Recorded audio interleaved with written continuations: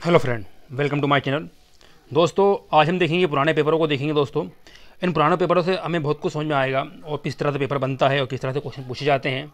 ठीक है, तो आज हम इंडियन पेनल कोड, जो कि दोस्तों हमारा काफ़ी महत्वपूर्ण एक्ट है, इस एक्ट से हर बार कोई भी एग्जाम हो अच्छे क्वेश्चन पूछे जाते हैं। ठीक है, तो 1993 का एडीपीओ का एग्जाम का दोस्तों मैं आज पेपर लेकर आया हूँ आईपीसी का। ठीक है, आइए इससे क्वेश्चनों को देखते हैं और समझते हैं। 1993 का है दोस्तों ये।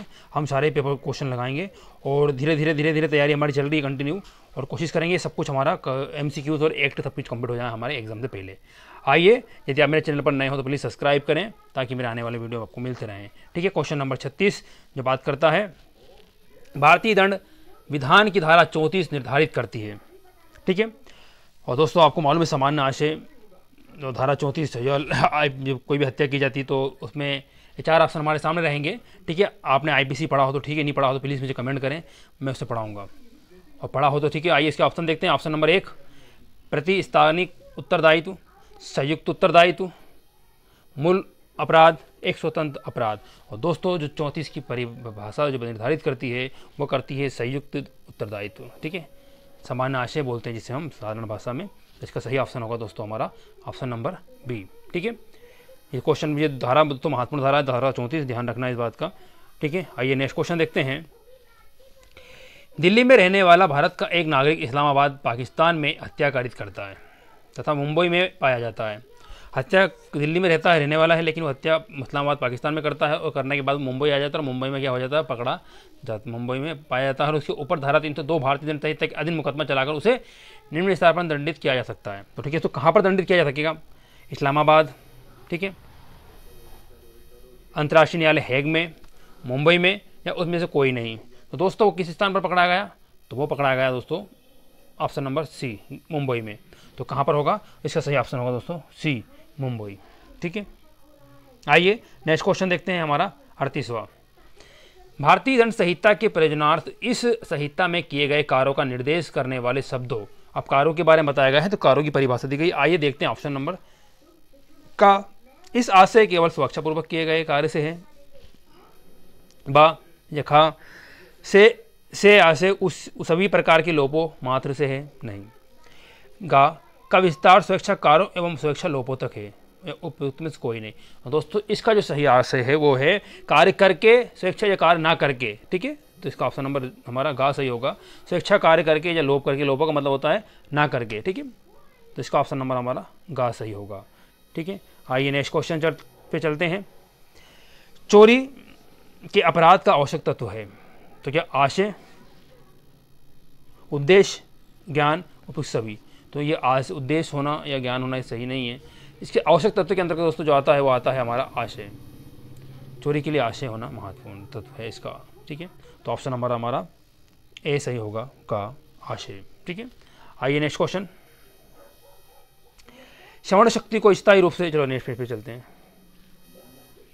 श्रवण शक्ति को स्थायी रूप से समाप्त करने का निम्न अपराध है।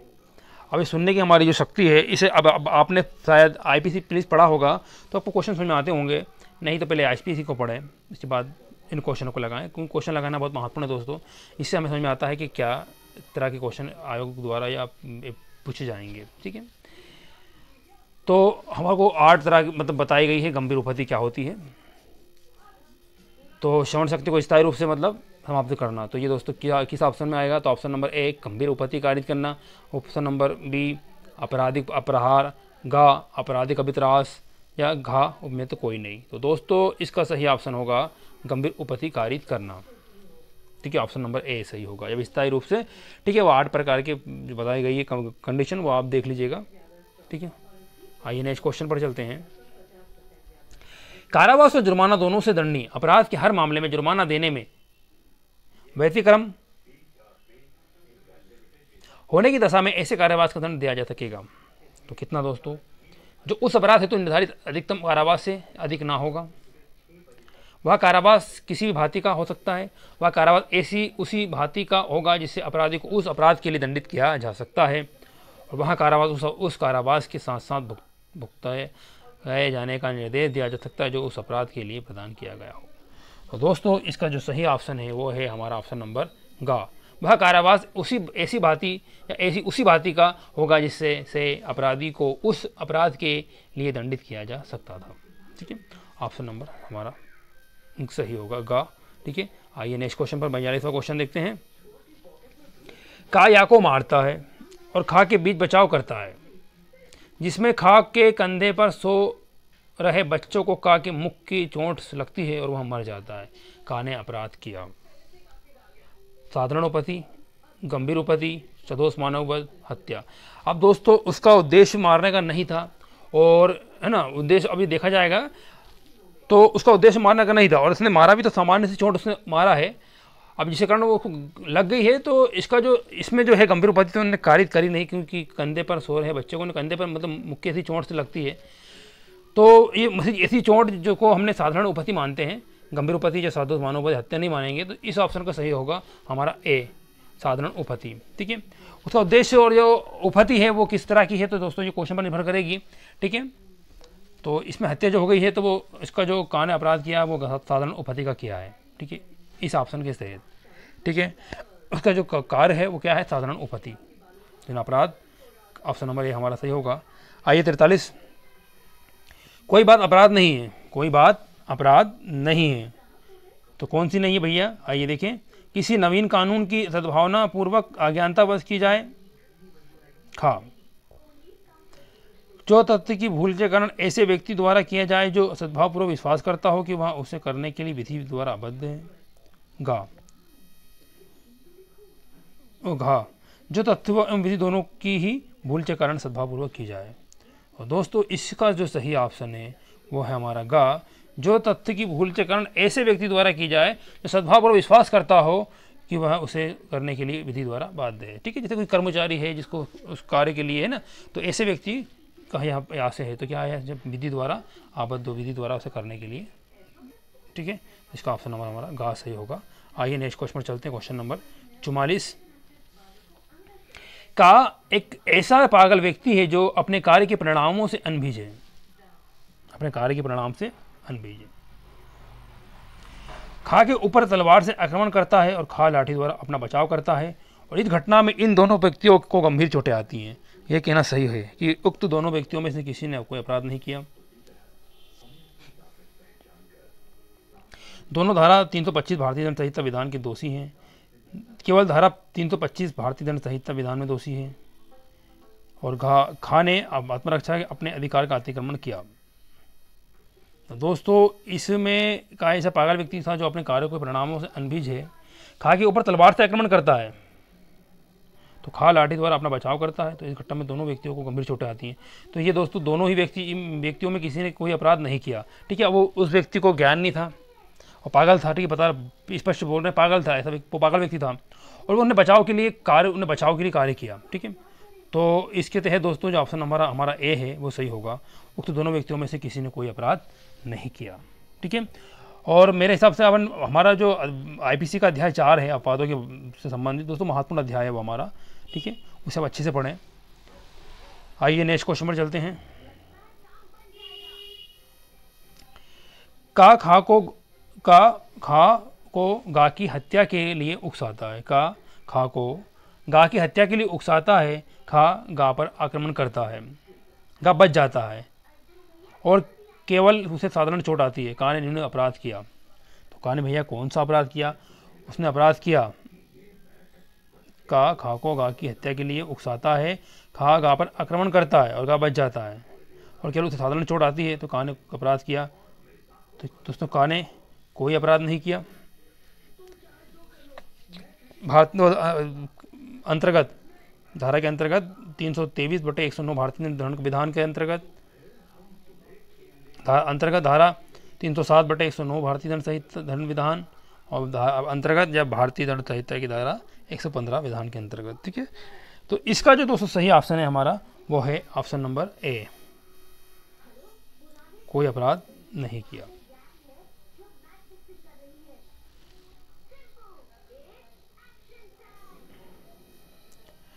आइए नेक्स्ट क्वेश्चन देखते हैं 46वां।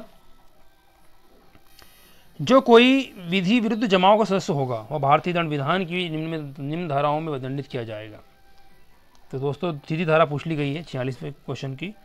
तो कौन सी उसकी धारा में प्रावधान किया गया है? धारा 42, 142, 143, 144, 147। तो इसका सही ऑप्शन है हमारा दोस्तों 143, 143 इसका सही ऑप्शन होगा।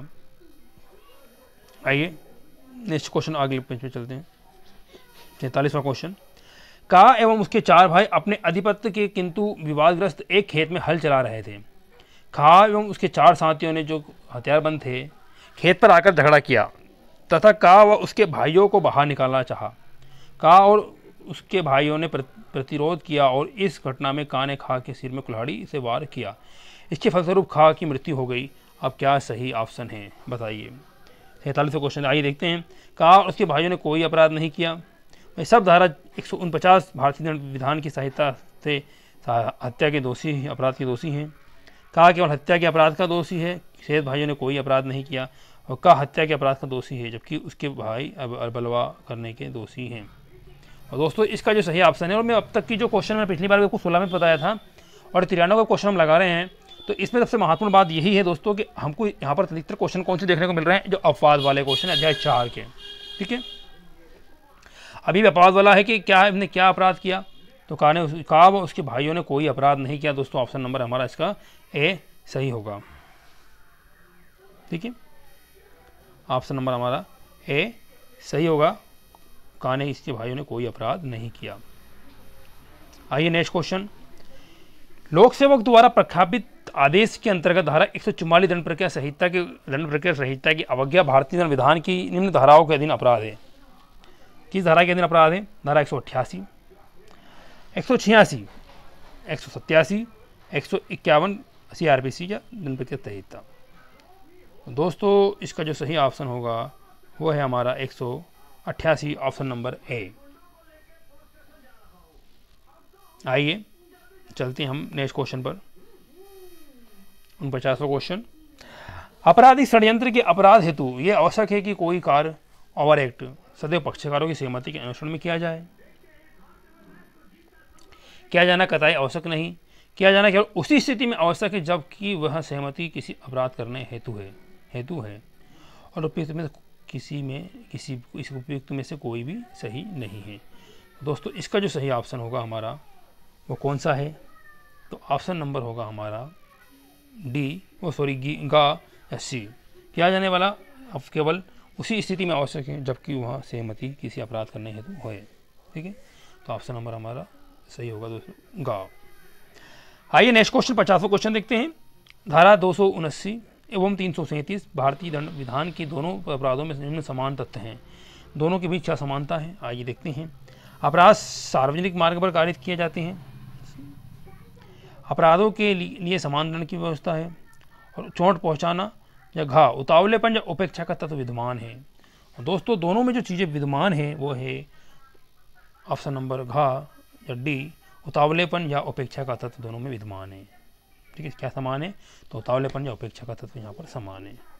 आइए नेक्स्ट क्वेश्चन में चलते हैं। 51वां क्वेश्चन, जब कोई आरोपी इस विश्वास के साथ कि एक स्त्री में प्रेतात्मा प्रवेश कर गई है उसे निकालने के प्रयास में उसकी पिटाई करता है, इसके परिणाम स्वरूप उस स्त्री की मृत्यु हो जाती है, वह आरोपी या दोषी है। हत्या की कोटि में न आने वाले आपराधिक मानववध हेतु, स्वेच्छा चोट पहुंचाने हेतु, हत्या कोई अपराध नहीं किया। अब दोस्तों इसके तहत जो ऑप्शन हमारा सही होगा वो होगा ऑप्शन नंबर ए का, हत्या की कोटि में न आने वाले आपराधिक मानववध हेतु। हत्या करने की इच्छा नहीं थी लेकिन उसने स्त्री को मृत्यु इतना मारा। ठीक है, तो ये सही ऑप्शन जो होगा हमारा हत्या की कोटि में न आने वाले आपराधिक मानववध हेतु, इसका सही ऑप्शन होगा ए। ठीक है, आइए नेक्स्ट क्वेश्चन। का खा को मारता है और खा इस बात को लेकर अत्यधिक क्रोधित हो जाता है कि गा जो वही खड़ा हुआ था खा के क्रोध का लाभ लेते हुए का की मृत्यु कारित करने के उद्देश्य से खा को चाकू पकड़ा देता है और खा उस चाकू से का की मृत्यु कारित कर देता है। इस समस्या में क्या है? ऑप्शन पढ़ते हैं, देखते हैं। दोनों हत्या की कोटि में न आने वाले आपराधिक मानववध के लिए दोषी हैं।